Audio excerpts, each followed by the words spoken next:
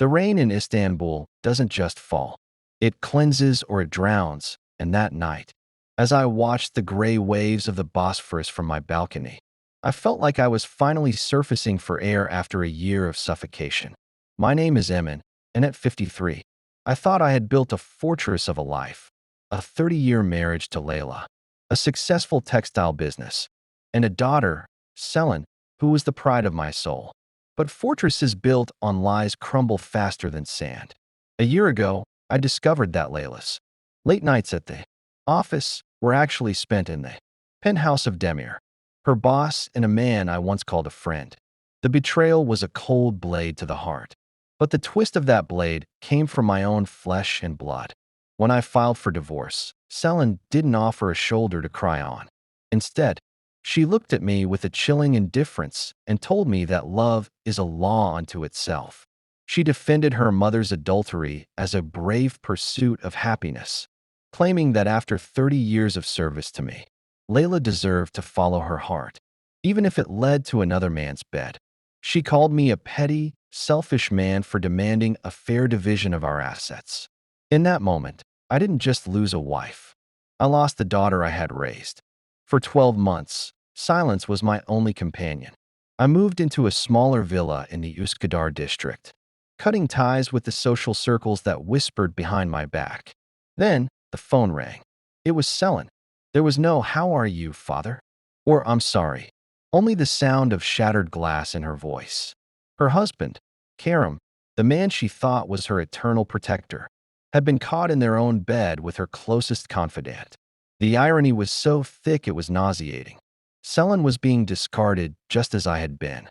And now, with her bank accounts drained by Kerem's gambling debts and her mother turning a cold shoulder, she was crawling back to the selfish man she had abandoned. She begged for a place to stay, for money for a high-profile lawyer, for a shield against the storm. But as I listened to her frantic breathing, I realized something was wrong. This wasn't just a simple case of infidelity. She mentioned a missing ledger from her husband's office, a document she had accidentally seen, something connecting Kerem, her mother, and Demir in a web far darker than a mere affair. I told her no. The words felt like lead in my mouth, but I forced them out. I reminded her of the night she sat in our old dining room in Nisanasi, sipping tea while I trembled with the revelation of her mother's betrayal, and how she had looked me in the eye and said that my pain was a small price to pay for Layla's liberation. I hung up the phone, ignoring the hysterical sobbing that followed. But the detective in me, the man who had built an empire by spotting patterns in the chaos, couldn't let go of that mention of the ledger. Why would Kerem, a man obsessed with status, risk everything for a tawdry affair with a friend? And why had Layla, who now lived in luxury with Demir, suddenly refused to help her only child? I began to dig. Using old contacts in the shipping industry, I discovered that Demir's company wasn't the gold mine it appeared to be. It was a hollow shell, propped up by money laundering. And the bridge between his dirty cash and the legitimate market was my former son-in-law, Kerem. A few days later, my mother, Fatma, arrived at my door like a whirlwind. She had always been the emotional anchor of our family, but her compassion often blinded her to justice. She scolded me, invoking the sanctity of the blood bond, telling me that a father's duty is to forgive regardless of the transgression. She revealed that Selin had reached out to her, hiding in a cheap motel on the outskirts of the city, terrified of shadows. My mother offered her a room, but on one condition: Selin had to work for her keep. My daughter, the princess of Istanbul who had never washed a dish in her life, had refused, hoping I would cave and provide her with the luxury she felt entitled to. But there was a darker detail my mother missed. Selin wasn't just refusing to work. She was hiding. A black sedan had been spotted idling outside the motel. My daughter wasn't just a woman scorned. She was a witness who had become a liability. The blind love she once defended was now the very thing hunting her down. And the mother she championed was likely the one who had signed the warrant.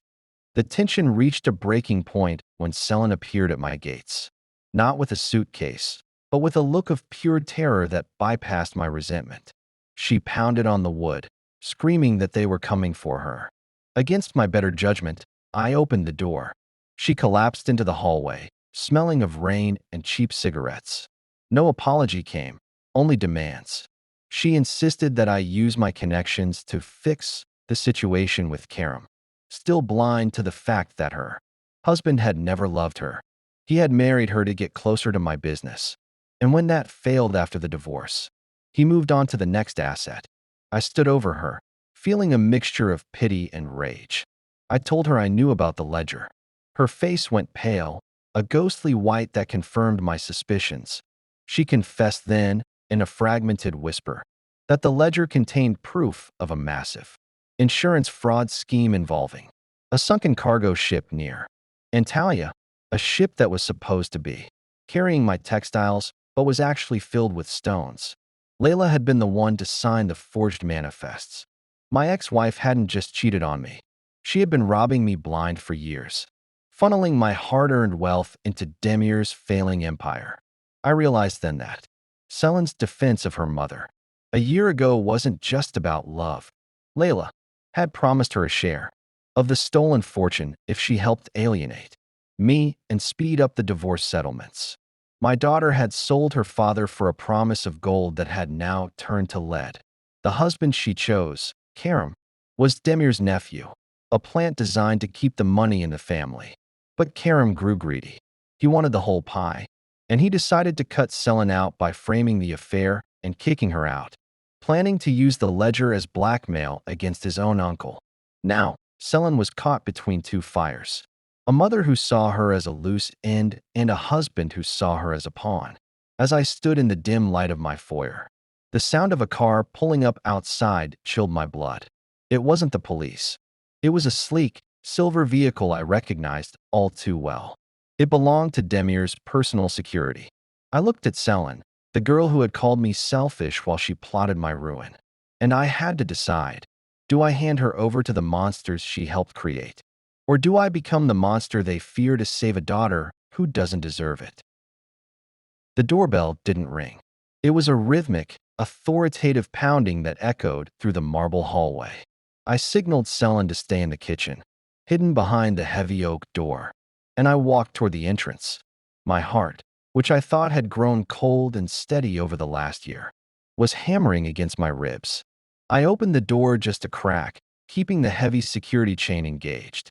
Two men stood there, dressed in suits that cost more than a teacher's yearly salary, their faces as expressionless as the concrete walls of a prison. The taller one, a man named Hakan whom I knew as Demir's problem solver, offered a thin, professional smile. He didn't ask for permission. He simply stated that they were looking for Selin. He claimed that she had borrowed some sensitive company property, and that Demir was concerned for her safety. The lie was so transparent, it was insulting. I looked him dead in the eye, my voice devoid of the fear he expected. I told him that my house was private property, that I was no longer a man who could be intimidated by Demir's theatrical displays of power, and that if they didn't leave my gate within 60 seconds, the Üsküdar police, who were already on my speed dial, would be happy to discuss the legality of their presence. Hakan didn't move immediately. He leaned in closer, the scent of expensive tobacco and something metallic clinging to him. He whispered that I was protecting a woman who had helped dismantle my own life, a daughter who had laughed as I was stripped of my assets. He asked me if pride was worth a bullet. I laughed, a dry, rasping sound. I told him that after losing 30 years of my life to a lie, a bullet seemed like a minor inconvenience. I slammed the door and watched through the security monitor as they retreated to their silver car. They didn't leave the street. They simply parked 50 meters away, a silent, predatory reminder that my home was now a besieged fortress. I walked back to the kitchen. Selin was huddled on the floor, clutching her knees. The princess was gone, replaced by a terrified girl who realized that the game she had played with her mother and Demir had turned deadly. I didn't offer her a hand. I sat across from her and told her the truth. I wasn't saving her because I had forgiven her.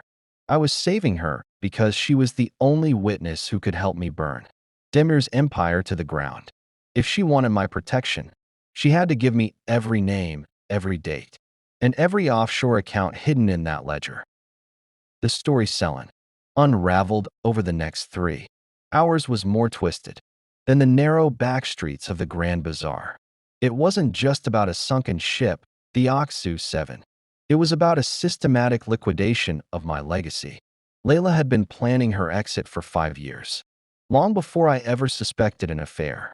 She had been creating ghost companies in Selin's name, using my daughter's signature, often obtained under the guise of family trust documents, to funnel profits from our textile exports into a shadow fund. But the twist was that Demir wasn't the mastermind. He was the pawn. My ex-wife, the woman I thought was a victim of a midlife crisis, was the one pulling the strings. She had seduced Demir because he controlled the shipping lanes she needed for her smuggling operation. She had encouraged the affair to be discovered, knowing that my heartbreak would make me sloppy and eager to settle the divorce quickly. She had even orchestrated Karam's marriage to Selin to ensure that someone she controlled was monitoring my business from the inside. But Layla had made one mistake. She underestimated the greed of the men she surrounded herself with. Karam had discovered the Oxu 7 manifest. The ship hadn't sunk due to a storm. It had been scuttled intentionally to claim a $40 million insurance payout for a rare silk shipment that never existed. Karam realized that Layla was planning to double-cross Demir and flee to Switzerland with the entire pot. He tried to blackmail Layla, but she was ahead of him. She contacted his mistress, Selin's best friend, and paid her to lure Karam into a trap that would destroy his marriage and his credibility. Selin was supposed to be the collateral damage, a broken woman who would run back to her mother for comfort, giving Layla the perfect cover. But Selin had found the ledger Karam was using for blackmail before she fled the house. Now, Layla didn't just want the ledger. She wanted her daughter silenced before she could tell me that the love Layla spoke of was nothing more than a transactional mask for cold-blooded theft. As Selin spoke, I felt a strange sense of clarity. My daughter was a traitor, yes, but she was also a victim of a mother who saw people as ledger entries. I realized then that I needed a professional. I needed a man who lived in the cracks of Istanbul's underworld, a man named Yusuf, a retired intelligence officer who owed me a life debt from 20 years ago. I contacted Yusuf through a series of encrypted messages and arranged a meeting at a tea house in Balat, a place where the colorful houses hid dark secrets. Leaving Selin alone in the villa was a risk, but I locked the doors, engaged the reinforced shutters, and gave her my spare pistol, a sleek Beretta she barely knew how to hold. Only if they break the glass, I told her, my voice hard. I drove a nondescript rental car, weaving through the chaotic traffic to shake any tail Hakan might have placed on me. Yusuf was waiting in the back of the tea house, obscured by the steam from a samovar. He looked like any other old man playing backgammon, but his eyes were like flint. I showed him the photographs Selin had taken of the ledger. He didn't say a word for 5 minutes, his finger tracing the names of the phantom companies. When he finally looked up, he told me that I wasn't just dealing with a family feud. I was touching the edge of a syndicate that involved port officials and customs officers. The intrigue deepened when Yusuf revealed a piece of information that even Selin didn't know. The Oxu 7 hadn't just been filled with stones to defraud the insurance company. It had been carrying a hidden compartment of prohibited historical artifacts, stolen treasures from a dig site in Anatolia.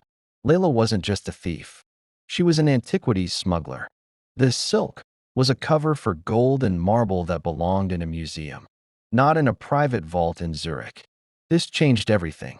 If the authorities found out, Selin wouldn't just be a witness. She would be an accomplice to a federal crime. And Layla knew this. That was why she was so desperate to get the ledger back. It wasn't just about the money anymore. It was about avoiding a life sentence in a high-security prison. Yusuf agreed to help me, but his price was steep. He wanted the artifacts back. He worked for a shadow branch of the government that specialized in recovering national heritage.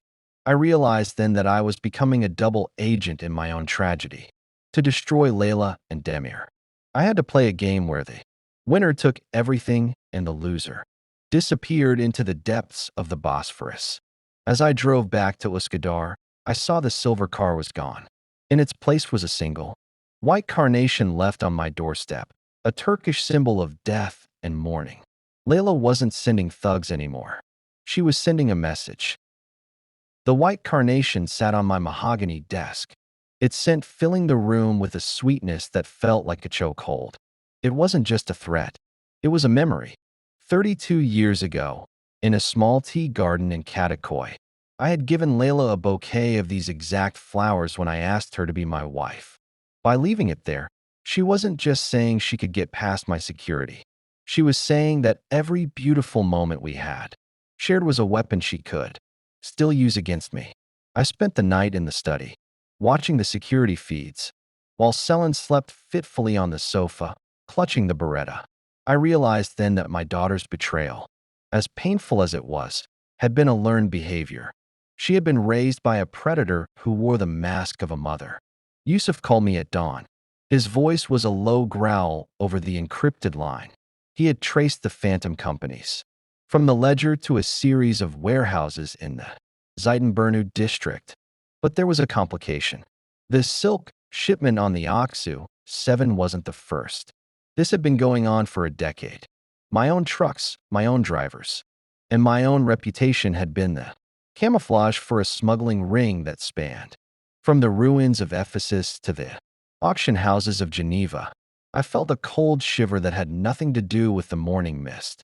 If Yusuf was right, the fair division of assets Layla had fought for during the divorce wasn't about money. It was about ownership of the logistics chains. She needed the textile company to keep the artifacts moving.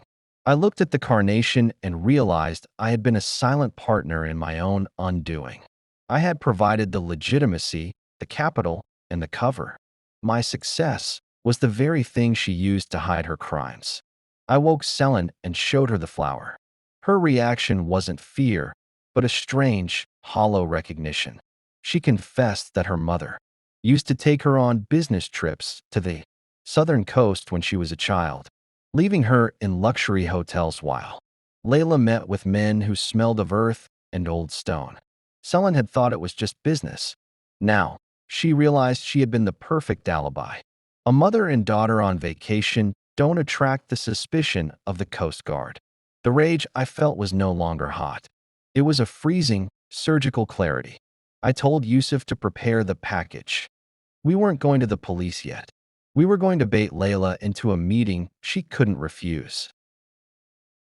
I sent the message through Demir's personal driver, a man Yusuf had convinced to switch loyalties for a night. The location was the Maiden's Tower, sitting isolated in the middle of the Bosphorus, surrounded by black water and the ghosts of legends. I told her I had the physical ledger, the original, not just the photos, and that I was ready to trade it for Selin's safety and a full confession of the insurance fraud. I knew she wouldn't confess, but I needed her there, away from her security detail, in a place where the wind would swallow any screams. When I arrived by boat, the rain was a relentless curtain. Layla was already there, standing on the observation deck, wrapped in a trench coat that looked like armor. She didn't look like a woman in love with Demir. She looked like a CEO presiding over a liquidation. There was no warmth in her eyes, no trace of the woman who had once held my hand through the birth of our child. She started by telling me how boring I was, how my integrity had been a cage for her ambition. She admitted to the affair, but she spoke of it as a tactical necessity, a way to neutralize Demir by giving him what he wanted while she took what she needed. But then came the twist that felt like a physical blow to the stomach. She laughed when I mentioned the fair division of my textile empire. She leaned in, her breath cold against my ear, and told me that the empire was never mine. She revealed that 30 years ago, my father hadn't built the business alone. He had stolen the initial capital from her father, an old silk merchant who died in debt and disgrace because of my family's greed. Her entire life with me, the marriage, the daughter, the decades of devotion, had been a long, patient game of restitution. She hadn't just cheated on me. She had been reclaiming her birthright, brick by brick, dollar by dollar. Selin was just a tool to ensure the bloodline stayed connected to the assets.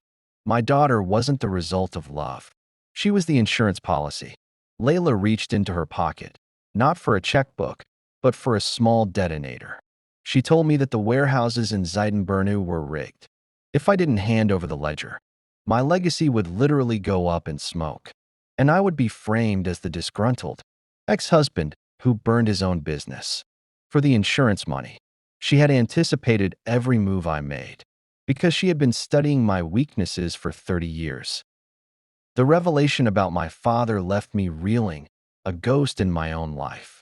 Everything I thought I knew about my heritage was a lie built on another lie. But as the thunder rolled over the tower, I remembered one thing Layla had forgotten. I wasn't my father. I reached into my coat and pulled out a digital tablet instead of the ledger. I showed her the screen. It was a live feed of Demir's penthouse. He wasn't there alone. Yusuf and his team had already secured him, and they were currently opening the safe. Behind the painting in his study, the one place Layla thought was secure, I told her that I didn't care about the warehouses. They were just buildings, and I had already evacuated the staff. What I cared about was the truth. While she had been planning her revenge, she had become the very monster she sought to destroy. I told her that the detonator in her hand was useless because Yusuf's team had jammed the frequencies within a mile of the tower. Her face, for the first time in 30 years, cracked. The cold, calculated mask shattered into 1,000 pieces of pure, unadulterated panic. But the final betrayal wasn't from me or her. As we stood there, locked in a stalemate, the door to the deck swung open. It wasn't Hakan or the police. It was Karam. He looked disheveled, his eyes bloodshot with desperation. He held a silenced pistol directed at both of us.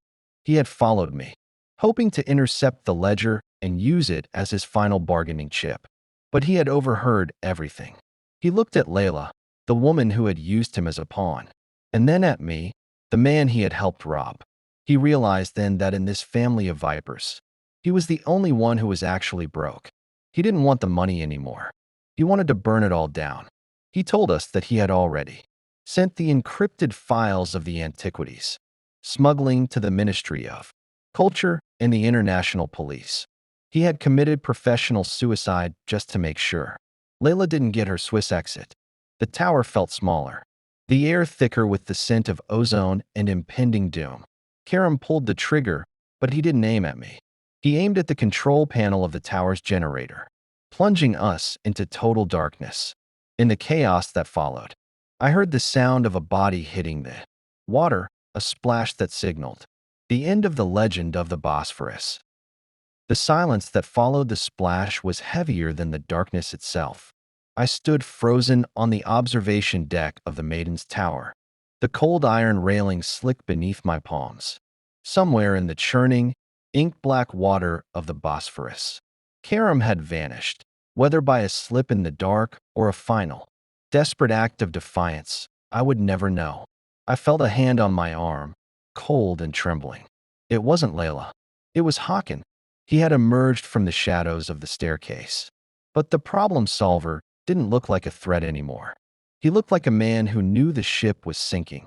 He whispered that Demir was already in custody and that the detonator Layla held was a bluff. She never had the codes to destroy the warehouses.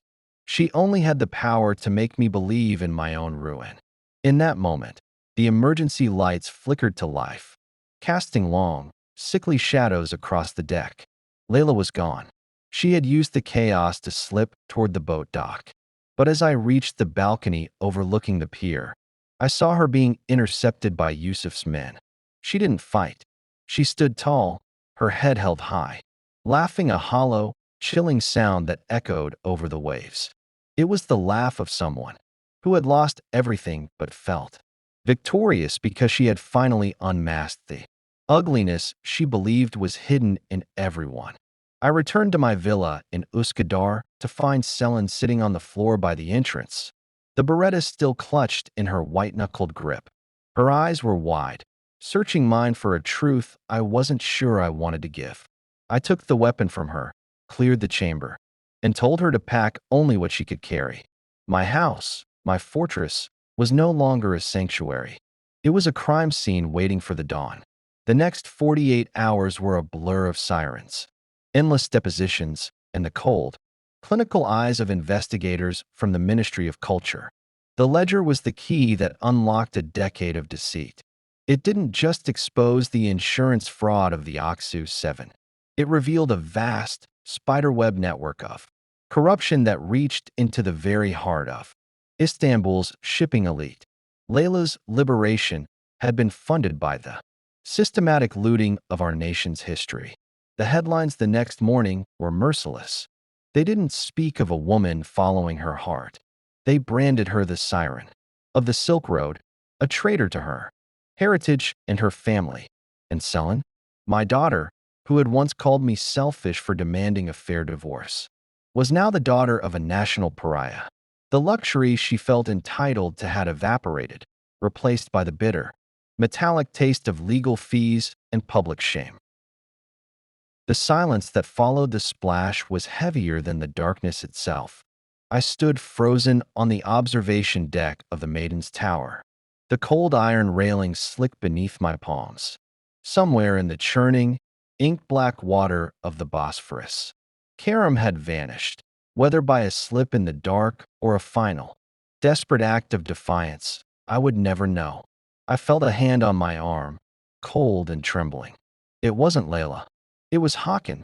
He had emerged from the shadows of the staircase. But the problem solver didn't look like a threat anymore. He looked like a man who knew the ship was sinking.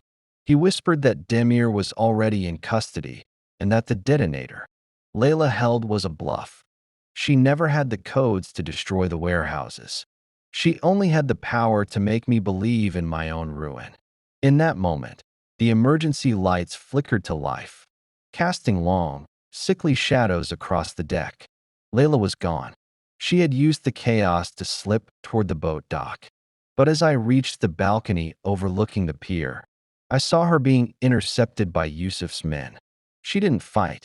She stood tall, her head held high, laughing a hollow, chilling sound that echoed over the waves. It was the laugh of someone who had lost everything but felt victorious because she had finally unmasked the ugliness she believed was hidden in everyone. I returned to my villa in Uskadar to find Selin sitting on the floor by the entrance, the beretta still clutched in her white-knuckled grip. Her eyes were wide, searching mine for a truth I wasn't sure I wanted to give. I took the weapon from her, cleared the chamber, and told her to pack only what she could carry. My house, my fortress, was no longer a sanctuary. It was a crime scene waiting for the dawn. The next 48 hours were a blur of sirens, endless depositions, and the cold, clinical eyes of investigators from the Ministry of Culture. The ledger was the key that unlocked a decade of deceit. It didn't just expose the insurance fraud of the Aksu 7. It revealed a vast, spiderweb network of corruption that reached into the very heart of Istanbul's shipping elite. Layla's liberation had been funded by the systematic looting of our nation's history. The headlines the next morning were merciless. They didn't speak of a woman following her heart. They branded her the siren of the Silk Road, a traitor to her heritage and her family. And Selin, my daughter, who had once called me selfish for demanding a fair divorce, was now the daughter of a national pariah. The luxury she felt entitled to had evaporated, replaced by the bitter, metallic taste of legal fees and public shame.